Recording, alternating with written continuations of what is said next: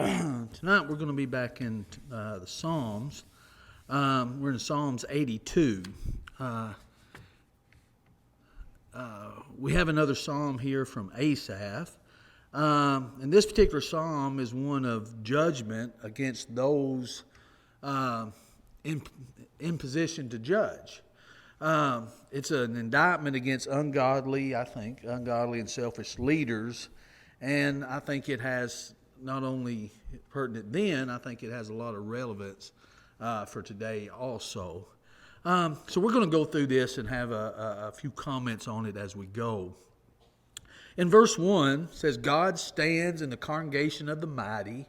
He judges among the gods. Here he says that God stands in the congregation of the mighty. There's no place, and I think that's something that I think all of us need to realize. There's no place that God is not found.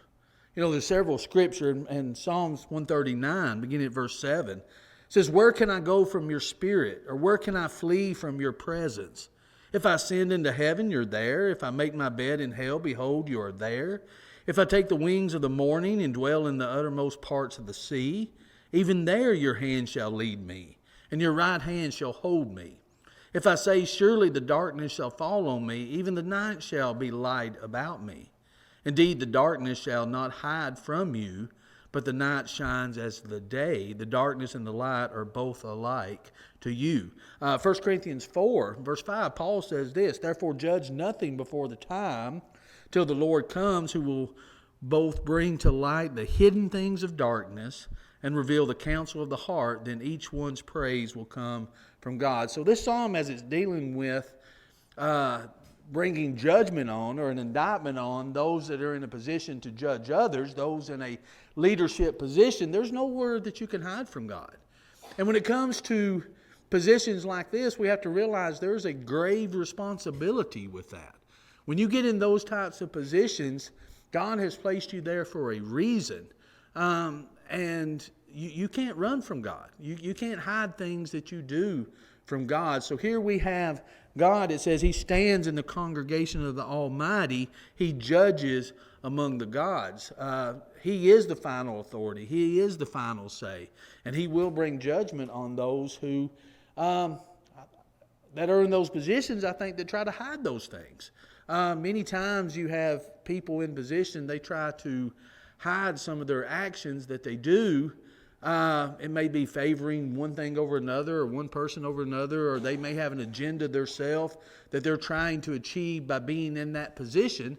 And you can't hide that from God. You may hide that from other people, but you can't hide that from God. There's no place that He's not found. He's found in the lowliest places. He's found in palaces. He's found in courtrooms, in legislative chambers. He's found in the church. Wherever we're at, God's going to be there. So there's nowhere, as these individuals are making these decisions that they're making, and with the motives or the agendas that they may have behind that, there's no way or nowhere that you can hide from God in doing that. But this statement is also an announcement that God takes note of the judgment of the leaders, and He knows what they're doing. Look at Ecclesiastes 5 and verse 8. It says, if you see the oppression of the poor and the violent perversions of judgment, perversion of justice and righteousness in a province, do not marvel at the matter, for high officials watch over high officials and higher officials over them. So God takes notice of what they're doing. In this psalm, we're going to see that it instructs, it says, this is how you're supposed to be acting. These are the things in which you're supposed to be doing. These are the judgments, the righteous judgments, and the justice that you're supposed to be bringing down, but they're doing the exact opposite. And God knows that. As Ecclesiastes says here that, there's high officials, watches over high officials, and higher officials over them. You can't get any higher official than God.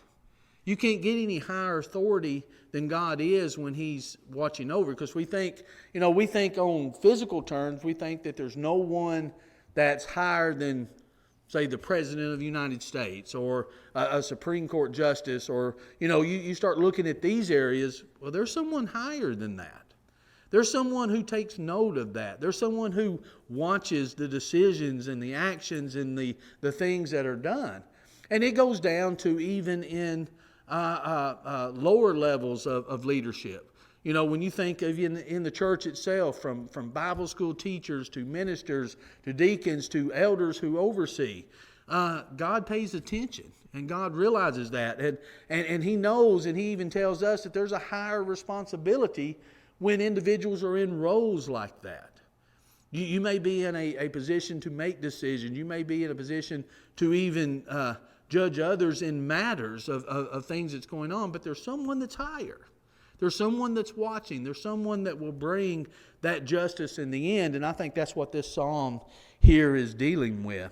As King Jehoshaphat, as he sought to reform Jerusalem, he set judges over the land, and here's what he instructed them in 2 Chronicles. And he said to the judges, "Take heed to what you are doing, for you do not judge from man, but for the Lord, who is with you in the judgment. Now therefore, let the fear of the Lord be upon you. Take care and do it, for there is no iniquity with the Lord our God, no partiality, no taking of bribes." So in the time of the judges, when these judges were set over Israel, they were to decide these matters and decide these things. They had instructions on how to do this. They had instructions on not showing any partiality, not taking any bribes, taking care of the poor, taking care of the needy, doing these types of things. These are these righteous judgments, these righteous decisions in which they should be making. That's how it was intended to be.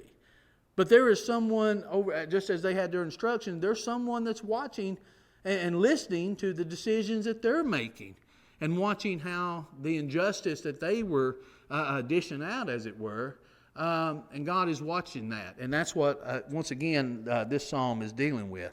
But he says something here in verse 1 again. Notice he says, God stands in the congregation of the mighty. He judges among the gods. What exactly does he mean when he says he judges among the gods? Well, if you want to look up some Bible scholar and you want to read what they have to say about it, there's a lot of debate over that. Some believe it's talking about deity, angelic beings.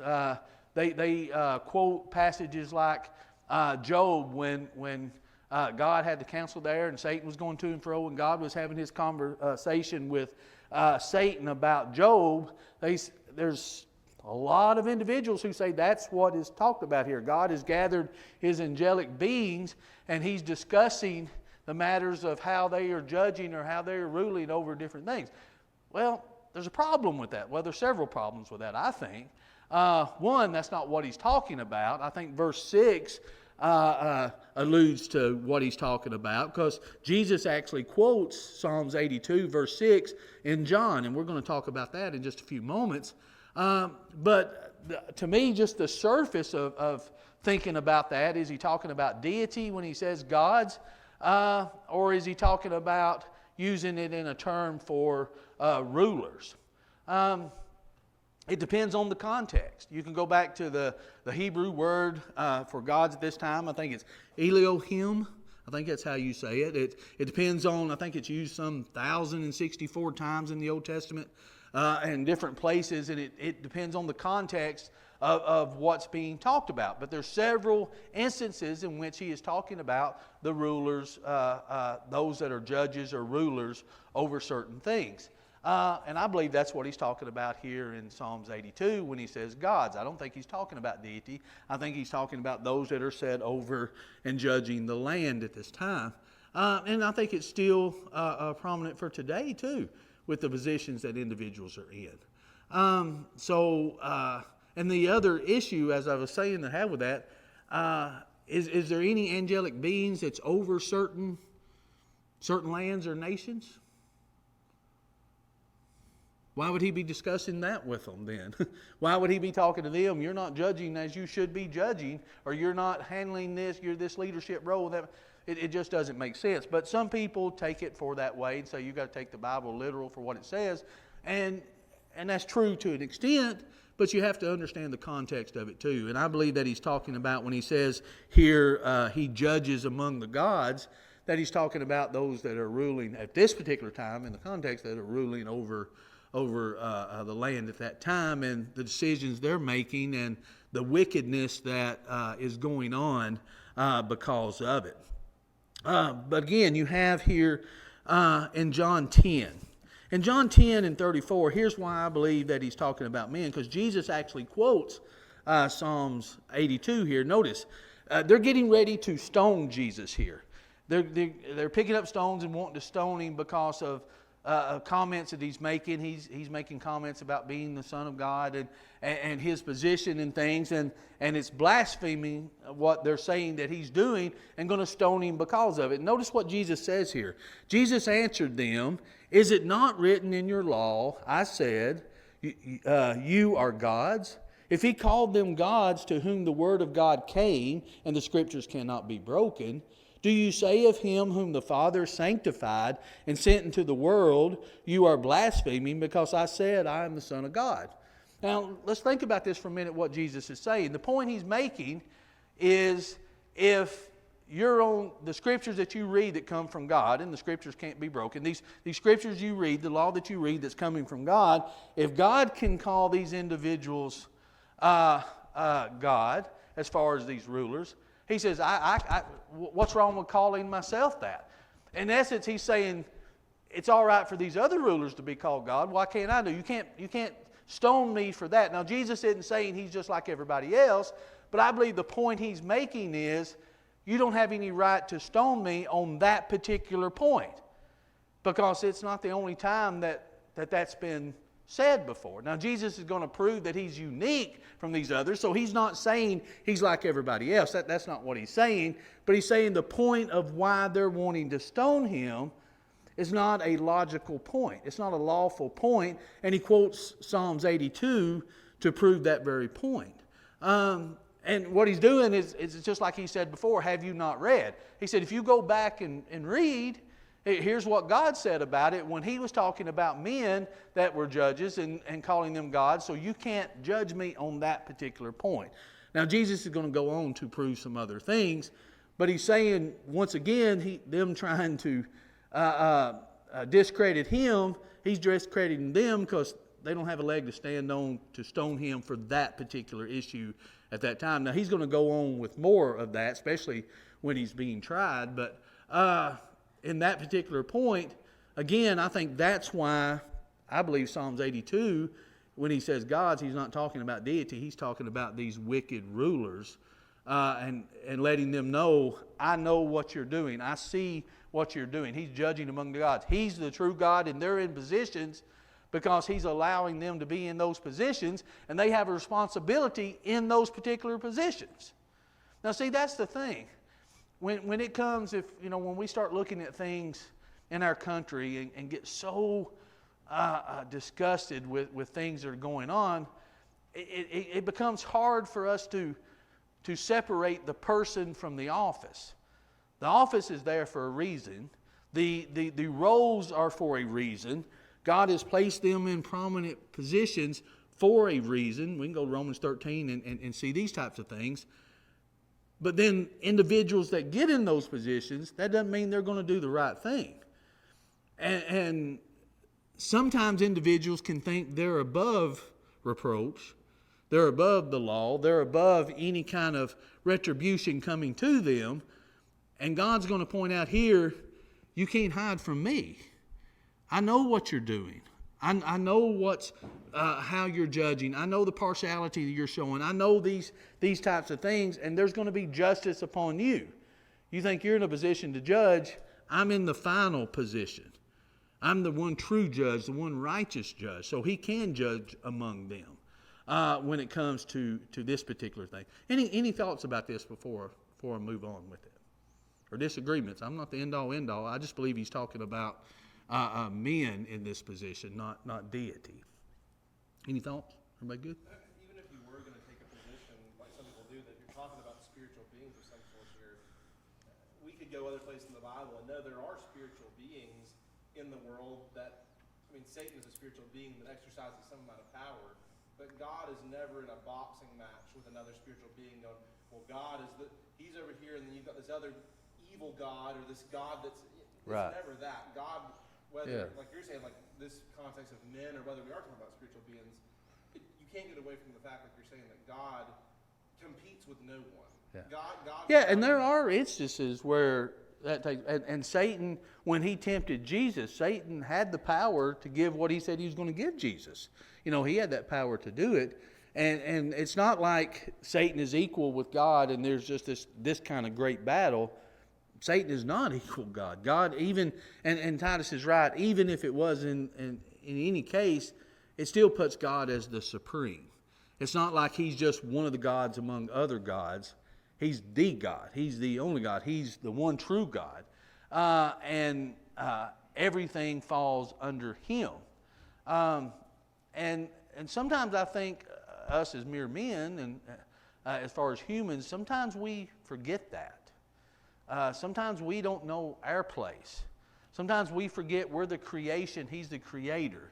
You know, sometimes we think as the creation, we can tell the creator, okay, here's how you do your part. You know, you've heard me say this before. We don't have a right to say, you made me a bowl, I want to be a cup. You know, this can go back to all the things you see today, transgender and all this. That's where people start worshiping themselves, become their own idols, that they're in charge of what, you know, the Creator got it wrong, I'm going to make that right. And again, it's putting them before God. It's putting them over God.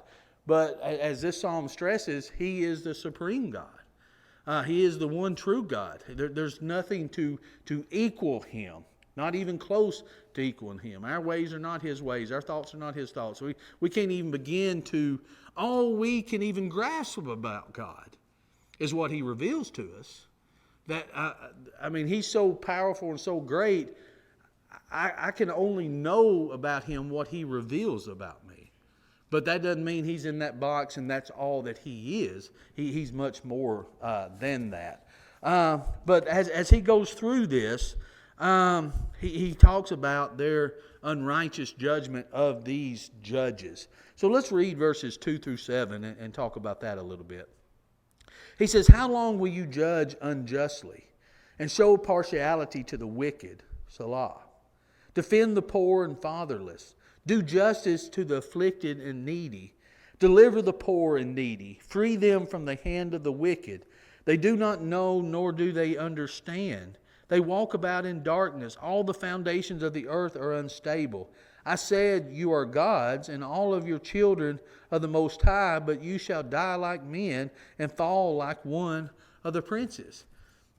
So let's look at this and see what he's saying. The majority of this psalm, I think, is identifying the corruption and the destiny of these wicked leaders. It's something that I think each of us entrusted with leadership in whatever form it may be, I think we ought to take in consideration, because there's a grave responsibility that comes with that.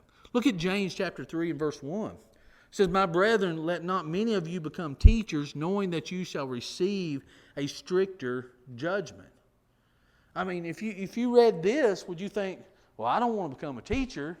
Why do you think, are teachers deserving of a stricter judgment?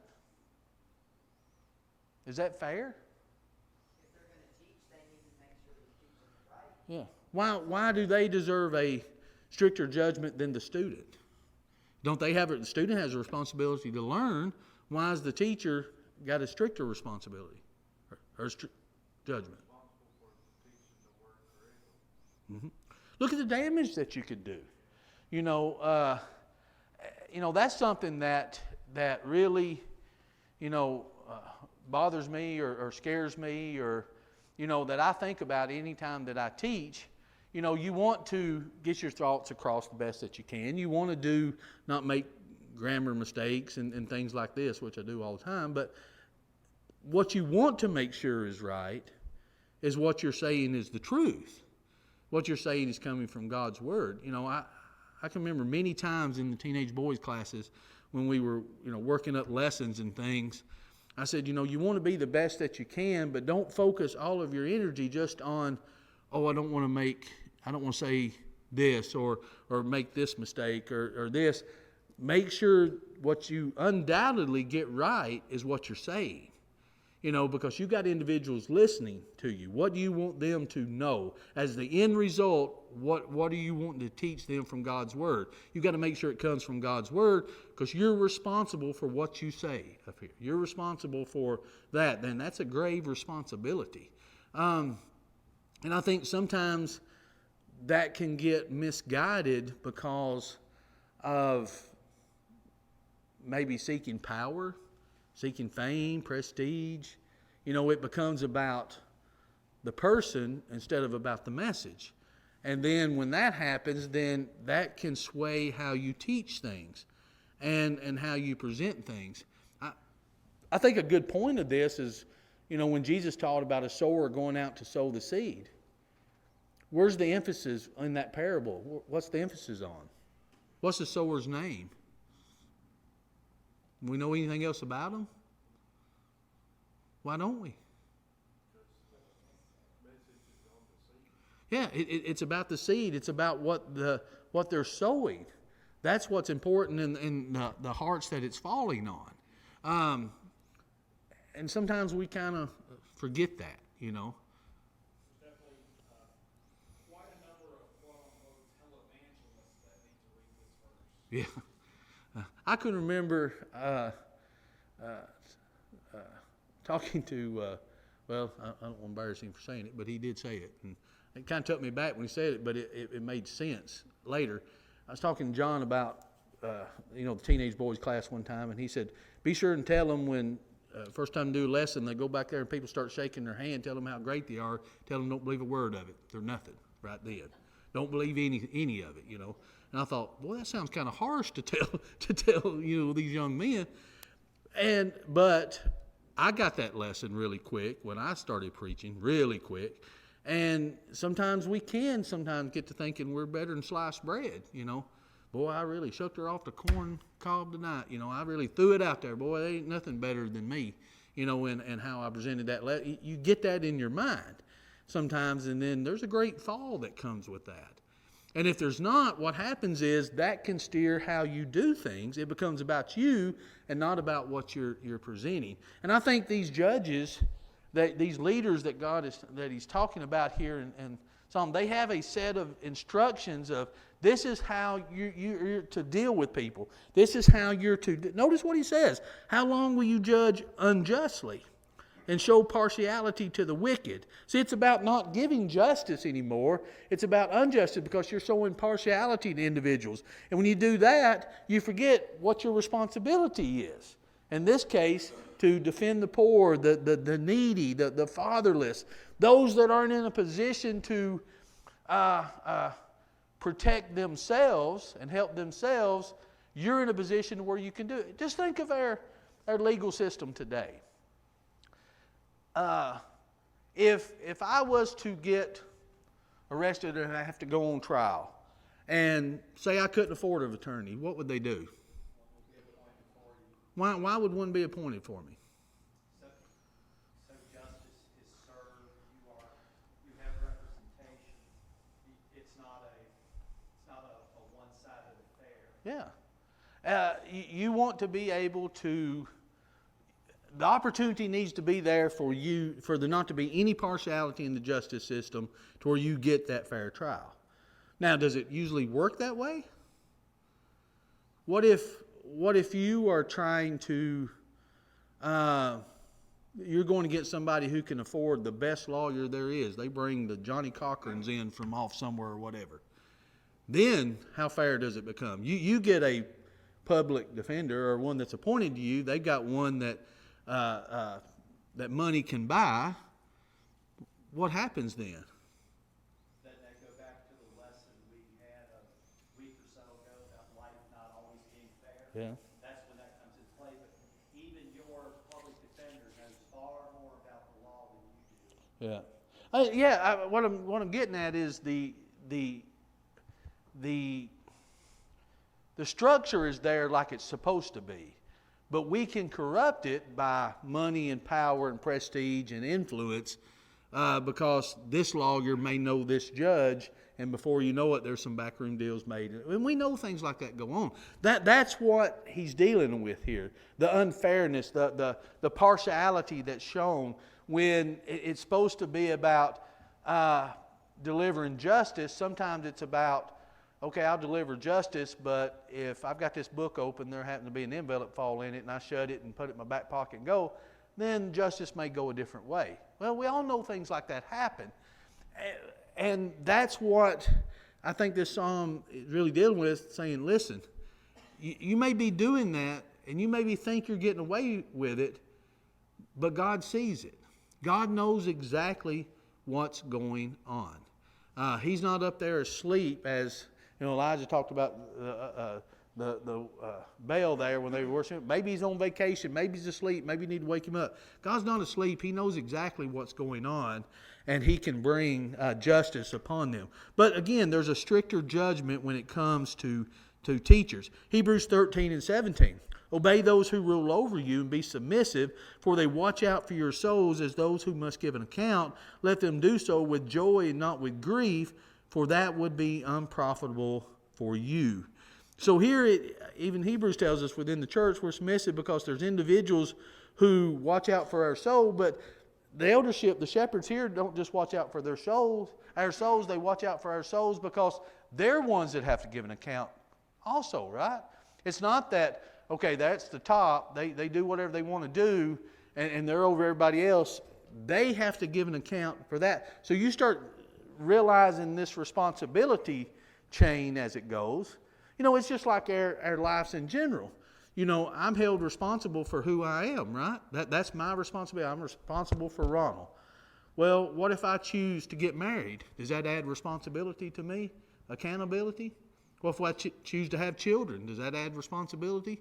I choose to be a minister. Does that add more responsibility? A deacon, does that add? See, as this goes on, there's a stricter judgment with these things.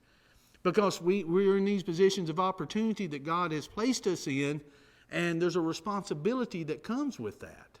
And we have to realize that we give an account when we're in these positions. Paul says in 1 Corinthians 4, let a man so consider us as servants of Christ and stewards of the mysteries of God. Moreover, it was required in stewards that they be found faithful. When I stand before God in the day of judgment, whether I don't like the term average Christian. No matter what it is, or whatever position I am when it comes to the church, whatever position I am when it comes to the community, when it comes to work, whatever it is, when I stand before God, I'm giving account for that.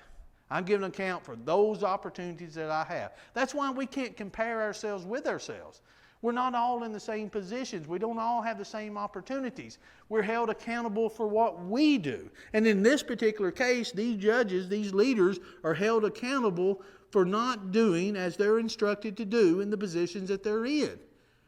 And they're not going to get away with it. Now, it may look like they're getting away with it. They may be enjoying their life, and they may enjoy all the fruits of what comes with that. But one day, there's going to be a day of reckoning. One day, there's going to be an accountability that they have to answer for. And you can't run and hide from that. That's why God tells us vengeance is mine, not ours. We get frustrated. We think that the bad guy always wins. Yeah. But we know better. God holds the vengeance.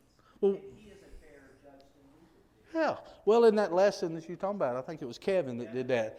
And he actually went to one of the Psalms that Asaph written when Asaph, remember, was jealous of the prosperity of the wicked. Then he went into the house of the Lord. He went and worshiped God, and he realized, okay, it may look like this now, but God is still in control. There's going to be a time of judgment. Life may not be fair here, but God's going to have it all work out for good when it comes to judgment. Vengeance is His, not ours. You also said about it's like some people have just naturally get more, but Yeah. God also told us, or we're also told, where more is given, more is expected of us. So that's your whole lesson. Yeah. Is the responsibility of Yeah. you are a preacher. So yes, you are going to be held at a higher, because you've got a gift that the rest of us don't necessarily have, or you have a greater responsibility in the eyes of the Lord.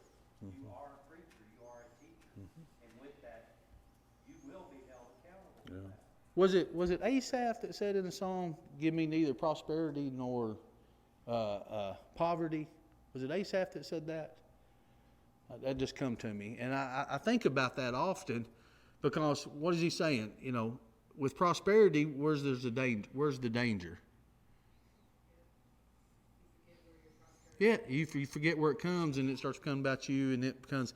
But even on the other end of that, poverty could do the same thing too. So he's saying, you know, Lord, just kind of put me right in the middle, so I don't have these temptations on either side of this, so I can be what you want me to be. And I think that's a good thought for us. But it shows us here in verse 2 that there is that need for justice when he says. How long will you judge unjustly and show partiality to the wicked? Justice means doing that which is fair, that which is right. True justice is without partiality. And it's hard for us to do that, because could it be hard for us to judge righteously and justly? Yes. Why? Because we're marred by sin. We have our self-interest in mind. We can't just perfectly be above everything and go, well, I can judge this totally without emotion, without... Right. Well, one, we don't see a person's heart, so we don't know the full story. But two, exactly what he's saying. It's hard to separate yourself from that. It's hard to separate yourself from certain feelings or certain leanings or some emotion that you may be feeling toward, I've never been selected for a jury trial before. I've been, had jury duty a lot and had to show up and do different things. But I'd always thought that I remember times that I thought, well, if I could just get on this case, boy, I'd let them have it. I'd be that perfect juror. Take them out now, hang them in the courtyard. That's swift justice, But I get to thinking, is that swift justice? Is that revenge? Is that, what exactly is that type of emotion? It's hard to separate yourself from certain things. So we can't be that righteous judge as God is. But notice what the Bible tells us about some of these things. In Matthew 23 and 23, it's an interesting passage where Jesus is rebuking the scribes and Pharisees when he said this, "Woe to you, scribes and Pharisees, hypocrites! For you pay tithes of mint and anise and cumin, and have neglected the weightier matters of the law, justice, mercy, and faith. These you ought to have done without leaving the others undone." Well, it's one thing to say, okay, I'm following this and go through this regiment, but if there's no justice and mercy and faith that goes along with that, how good or how profitable are these other things when you forget about these matters? Proverbs 16 and 8 says, "Better is a little with righteousness than vast revenue without justice." Proverbs 17 and 23, "Wicked man accepts a bribe behind his back to pervert the ways of justice." And that's exactly when we start seeking our self-interest, when we start being swayed by emotions, by certain feelings, by tendencies, by temptations, then at that moment, justice doesn't exist anymore, does it? It's not justice anymore. It's what I can get out of that. It's not about justice. Why do you think there's the image of the scales and the blindfold when it comes to justice? Justice is blind. It shows it's supposed to stand for equality before the law, but the law is not. The law is the law, but the justice is supposed to be blind. It's supposed to be neutral. You go into a courtroom on a level playing field. It's where level playing field, where all these other things shouldn't exist except for bringing justice. And everything is centered around that. But again, it doesn't, it's not that in many cases. In Proverbs 19 and 28, a disreputable witness scorns justice, and the mouth of the wicked devours iniquity. Proverbs 23 and 1, to do righteousness and justice is more acceptable to the Lord than sacrifice. The lack of justice was one of the downfalls, I think maybe one of the big downfalls of Israel and Judah here. Sadly, I think it attributed to and trickled down to these. And you've heard John mention it many times, especially during the time of Judges, how they stray away from God. God give them another judge. They get back, but they never get back to the point they needed to be. It was always got back, but not quite there, and then not quite there, and it kept getting farther and farther away for these very reasons, because of the wickedness and the partiality, and it become about themselves. It didn't become about God anymore. It become about the power in which they had to do what they wanted to do, because what does it always say throughout there? Everyone did what was right in their own eyes. They were gods. Exactly. That's exactly what they were. And when we do what's right in our own eyes, we take out the supreme authority, and now we're the ultimate authority. We start not only straying away from what God's laws were, we start creating our own to suit our own interest, to suit our own things. That's what it become when Jesus, as a guy used to say in Bible class one time I was teaching, it always says, now this before or after Jesus come on the scene.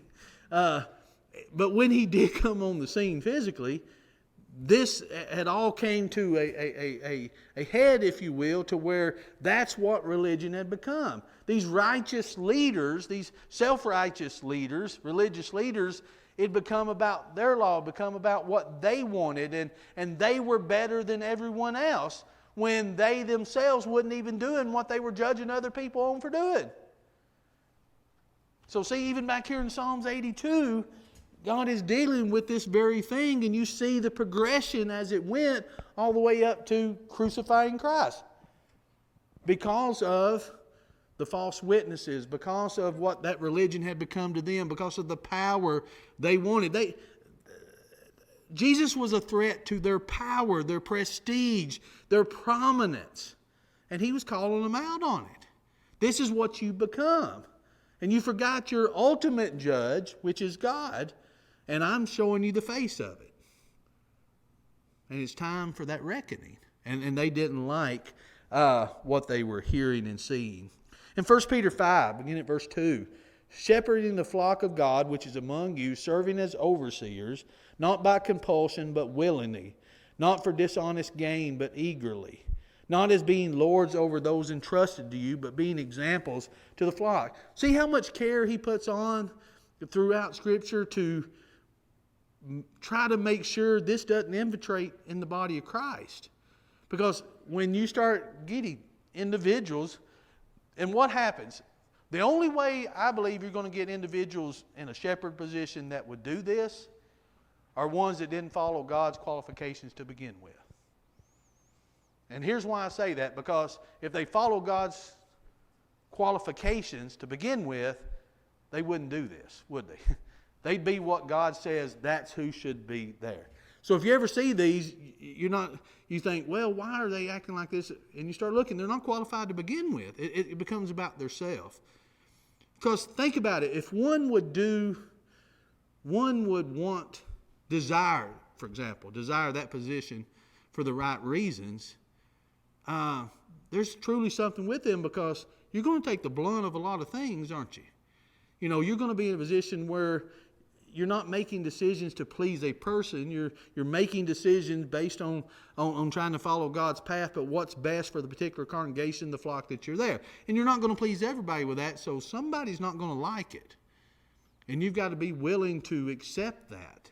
And that's hard, because what happens is we all want to be liked, don't we? We all want people to think well of us.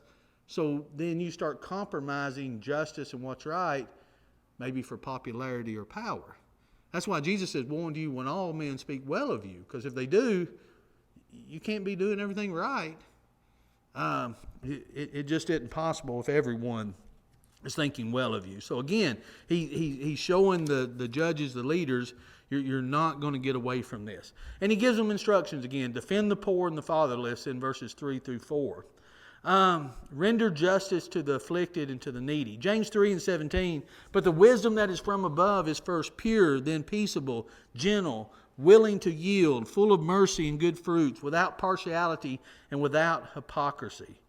And I think these are great lessons for us, because the Bible tells us this is how you're supposed to treat those that are less fortunate, those that are needy. James 1:27. Pure and undefiled religion is what? visit the widows and the orphans. Galatians 2:10, they desired only that we remember the poor, the very thing that we are eager to do. Galatians 6:10, as we have opportunity, let's do good unto all men, especially those of the household of faith. So see, these are the responsibility. God is looking out. He said for true justice, there has to be no show of partiality. You don't bring somebody in, James deal with that. You don't bring somebody in, come sit in the chief seats. And somebody that don't look just right, you sit back there in the back, just don't make no noise, don't let anybody see you, and we might let you worship with us. He's saying, don't do that. Don't be a part of that. Don't get into that mindset. When it comes to Christianity, it ought to be like justice. It ought to be blind to where it's available to all. All have the opportunity. Whosoever will come after me. It's not just the poor, the rich, the in-between. Whosoever will. And what are you willing? Sometimes we have to give up. Some people have to give up more than others. Some people have to sacrifice more than others because they have more opportunities than others. They have more advantages than others. So there may be more sacrifice that comes along with it. But irregardless how much the sacrifice is, Paul said it's still our reasonable service. Still what we're supposed to be doing. And we can't do it with partiality. And again, that's what he's calling these individuals out on. And he calls the corruption of these judges in verse 5. They do not know, nor do they understand. They walk about in darkness. All the foundation of the earth is unstable. They don't know, nor do they understand. This is a statement, I think, reference to the corruption of the leaders, again, that they describe. They don't understand. They don't even have in their capability now of understanding just how wrong this is, because they're thinking just of themselves and not anybody else. 1 John 3:17-19 speaks of our brother in need and how we need to help those individuals. Proverbs 28:5, evil men do not understand justice, but those who seek the Lord understand all. Well, that makes sense, doesn't it? That's a wise man saying something. Evil man or wicked man doesn't understand justice, but if you're seeking God, then you will. Then verses 6-8, I said, you are gods, and all of you are children of the Most High, but you shall die like men, fall like one of the princes. Then he says in verse 8, arise, O God, judge the earth, for you shall inherit all the nations. The psalmist cries to God for justice, and I think we've got to understand that any of us that are in those positions needs to make sure that we're taking it seriously and realize that we have a supreme judge that's above us.